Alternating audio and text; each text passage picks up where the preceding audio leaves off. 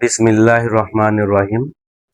সমস্ত প্রশংসা সেই মহান আল্লাহ পাকের, যে মহান আল্লাহ পাক আমাদের আদি পিতা হযরত আদম শফিউল্লাহকে তার নিজ সূরাতে নিজ সালাতে সৃজন করেছিলেন। লক্ষ কোটি দরুদ ও সালাম সেই রাসূলের উপর, বিশেষ সকল মানুষকে শান্তির বাণী আসসালামু আলাইকুম ওয়া রাহমাতুল্লাহি ওয়া বারাকাতুহু। ধর্মের রহস্য কি? ধর্ম কি পৃথিবীর শুরু থেকেই এসেছিল? ধর্মীয় বাণী যারা পৃথিবীতে ইতিহাস স্বরূপ রেখে গেছে, তারা কি ধর্মের মূল বিষয়বস্তু ছিল? আল্লাহ বা ঈশ্বর কি ধর্ম দানের জন্য অতীতের সকল নবী রাসূলদেরকে পাঠিয়েছিল? এই সমস্ত গুরু রহস্যর এবং এর হাকিকত মারফত নিয়ে আমি আলোচনা করছি। আমি নফসের জাতে আদম। পৃথিবীতে যে সকল মানুষ আমরা বসবাস করি, সে যে জাতি হোক, সবাই ধর্ম মানি। ধর্ম হলো বিশ্বাস পরবর্তী জীবনে যাওয়ার জন্য। এই মানুষ মনে করে আমরা পরবর্তী জীবনে যাব, সুখময় জীবনে যাব। সেই জীবনে যাওয়ার জন্য এই মানুষ ধর্ম পালন করে বিশ্বাসের সহিত। আল্লাহ বা ঈশ্বর বলতে কেউ আছে, তাকে আরাধনা বা পূজা করার চেষ্টা করে। এখন মূল বিষয়বস্তু হলো ধর্ম কেন আনা হয়েছে, আর ধর্ম মেনে এই মানুষ কোথায় যাবে। ধর্ম মানেই ধারণ করা।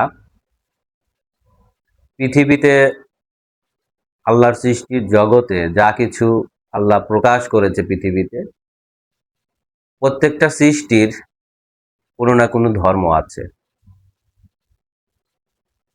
যেমন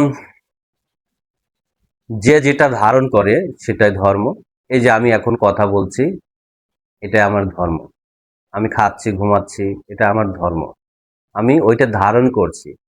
কেউ ডাক্তার হচ্ছে, কেউ ইঞ্জিনিয়ার হচ্ছে, কেউ বা জজ, ব্যারিস্টার, উকিল, এগুলো হচ্ছে।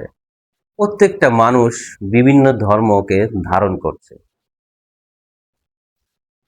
এই যে ধারণ করা, এখন আমরা যে পরবর্তী জীবনে যাব, তার জন্য কি ধারণ করলে আমরা সেই আযাবের জগৎ থেকে সেই শান্তিময় জীবনে পদার্পণ করতে পারব, এটা একটা বিষয়বস্তু রয়েছে কিনা।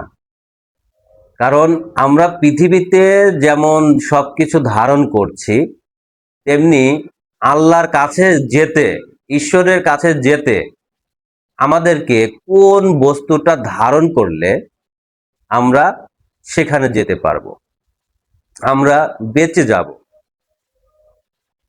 এর জন্যই কিন্তু ধর্ম মানা হয়। দুনিয়ার সকল শিক্ষা, খাদ্য, বাসস্থান, দুনিয়ার সয় সম্পত্তির ঊর্ধ্বে কিন্তু ধর্মটা।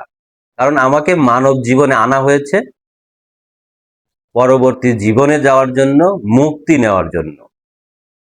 তাহলে সমস্ত কিছুর ঊর্ধ্বে যদি সেই ধর্ম হয়, আর সেই ধর্ম মানার ভিতরে যদি ধারণ করার কোনো বস্তু না থাকে, তাহলে আমাদের কি পরবর্তী জীবনে যাওয়া সম্ভব? বলেন পৃথিবীর মানব জাতি, আপনাদেরও তো জ্ঞান আছে, বুঝ আছে। তাহলে আমরা যেমন দুনিয়াতে ভালো থাকার জন্য কেউ ডাক্তার হচ্ছি, কেউ ইঞ্জিনিয়ার হচ্ছি, কেউ উকিল, জজ, ব্যারিস্টার হচ্ছি, বিসিএস ক্যাডার হয়ে বিভিন্ন বড় বড় জায়গায় আমরা ভালো অবস্থান করছি।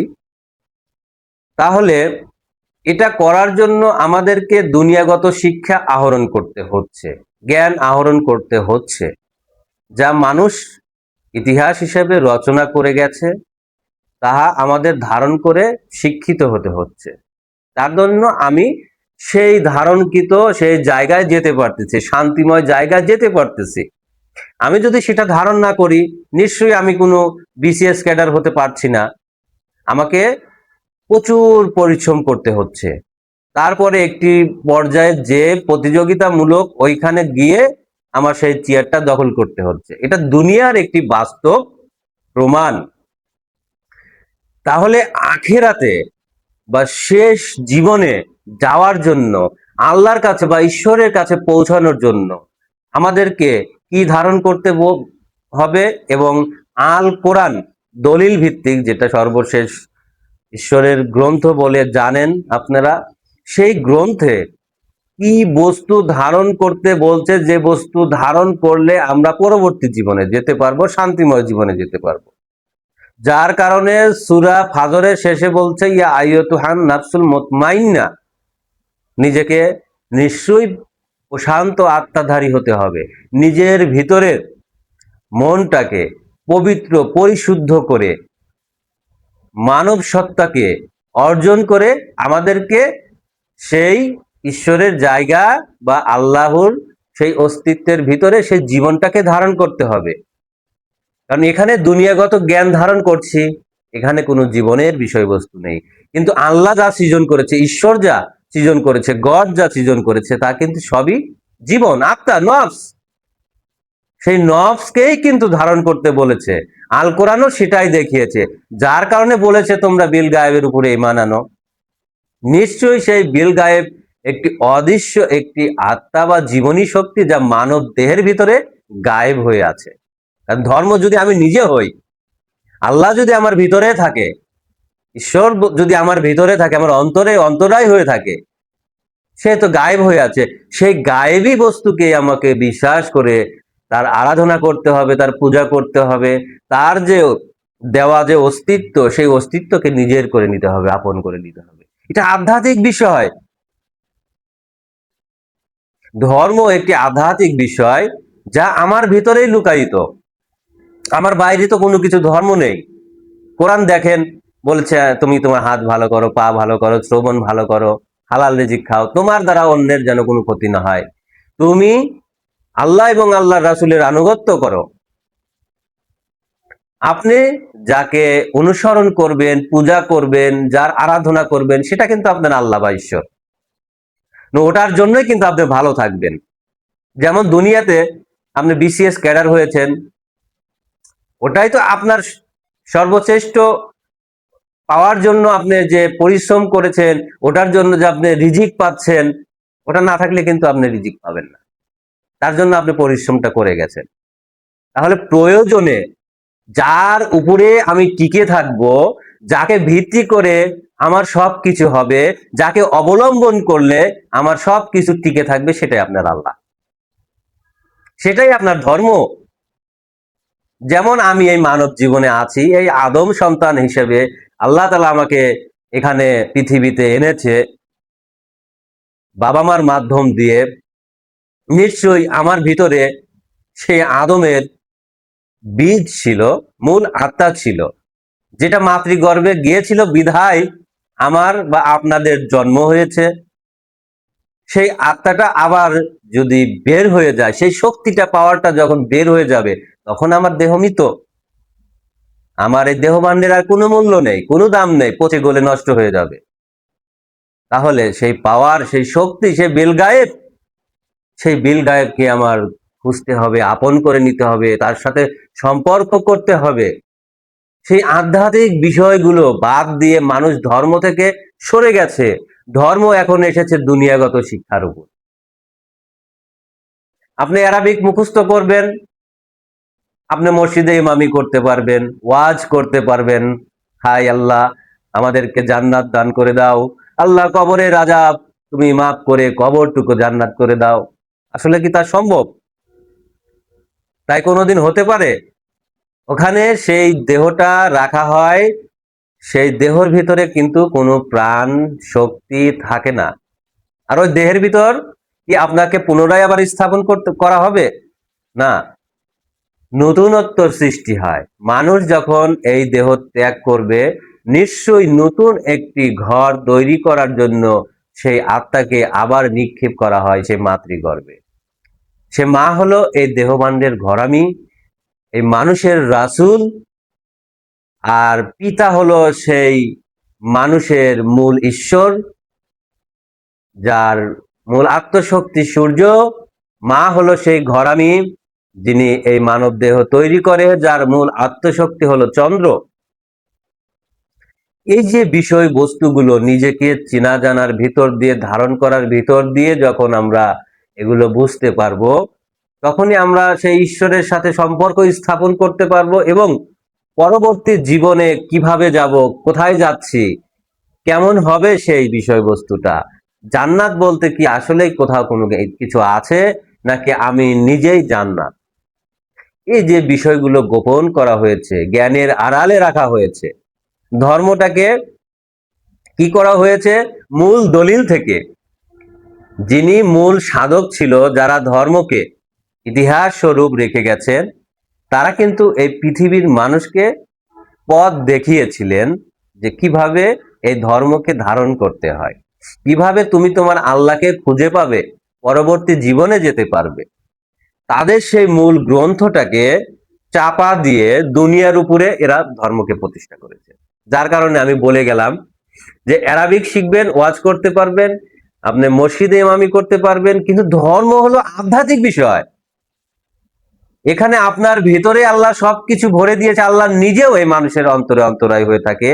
তাহলে সেই আল্লাহকে আপনাকে খোঁজার জন্য, যে ধর্মকে ধারণ করার জন্য পথ দেওয়া হলো, সেটা আপনি করতে পারলেন না কেন? আপনি দুনিয়ার ডিগ্রি, দুনিয়াতে ভালো থাকার জন্য সেটা ধারণ করলেন, এটা দুনিয়ার ধর্ম, এটা নট সেই আল্লাহ বা ঈশ্বরের কাছে যাওয়ার জন্য ধর্ম। আল্লাহ বা ঈশ্বরের কাছে যেতে হলে আপনাকে নিশ্চয়ই সেই আল্লাহর জীবন ধারণ করতে হবে, না হলে আপনি সেই আল্লাহর কাছে পৌঁছাতে পারবেন না, কখনোই সম্ভব না। আর এই দুনিয়ারগত ধর্ম মেনে আপনি দুনিয়াতে যেমন ভালো থাকবেন, তেমনি আল্লাহর অস্তিত্বের ভিতর অসংখ্য প্রকার জীবনীর ধর্ম আছে। যেমন সর্বশ্রেষ্ঠ ধর্ম হলো এই মানব ধর্ম। পৃথিবীতে দেখেন যত সৃষ্টি আছে, সকল সৃষ্টির শ্রেষ্ঠ হলো এই মানব। আপনি যদি এই মানবের জীবনকে ধারণ করতে পারেন, মানবের ঈশ্বরকে, মানবের আল্লাহকে পূজা দিয়ে তার সবকিছু যদি আপনি আয়ত্ত করতে পারেন, আপনি তো তাহলে সেই মানুষের আল্লাহর কাছে পৌঁছে যেতে পারবেন, মানুষের জাতি হতে পারবেন। তাহলে নিশ্চয়ই সর্বশ্রেষ্ঠ ধর্ম এই মানব ধর্ম। আর ধর্ম মেনে আসলে আমরা কোথায় যাচ্ছি, আমরা কোথায় থেকে আসছি, এগুলো মানুষ কোনো কিছুই বুঝতে পারতেছে না। বর্তমান ধর্মের অবস্থা এমন। তাই আমাদেরকে আধ্যাত্মিক ধর্ম অনুসরণ করতে হবে। যে মানুষটা পৃথিবীতে সেই ধর্মীয় গুরু হবে, তার নিজস্ব একটি আত্মা বা নফস বা দ্বীনি নূর থাকতে হবে, নিজস্ব রব শক্তি, বাক শক্তি, কালেমা থাকতে হবে, জাতের কালেমা। যেমন সকল নবী রাসূলদের কালেমা আছে, তেমনি সেই কালেমা থাকতে হবে। তার কাছে যদি কেউ ধর্ম মানে, যদি ধর্মকে ধারণ করার ইচ্ছা থাকে পরবর্তী জীবনে যাওয়ার জন্য, শান্তিময় জীবনে যাওয়ার জন্য, তাহলে সেই ব্যক্তি সঠিক পথ পাবে, যদি সেই সঠিক পথ প্রদর্শকের কাছে যেয়ে পৌঁছাতে পারে। আশা করি দুনিয়ার ধর্মগত বিষয়, ধর্ম মানার উদ্দেশ্য কি, আমি কিন্তু সবকিছু আপনাদের কাছে দিনের মতো পরিষ্কার করে বুঝিয়ে দিলাম। আশা করি আপনাদের মনে কোনো সন্দেহ থাকা বা কোনো অযৌক্তিক থাকার প্রশ্ন আসে না। তারপরে যদি কারো বুঝ না আসে, অবশ্যই আমার ভিডিওতে কমেন্ট করবেন। কোনো কিছু জানার প্রয়োজন পড়লে ডেসক্রিপশন বক্সে আমার নাম্বার দেওয়া থাকবে। ইনশাআল্লাহ ধর্ম বিষয়ে আপনাদেরকে জ্ঞান দান করতে আমার রব সক্ষম। এই বলে আমি আমার আলোচনা এখানেই সমাপ্তি করছি। আসসালামু আলাইকুম ওয়া রাহমাতুল্লাহি ওয়া বারাকাতুহু।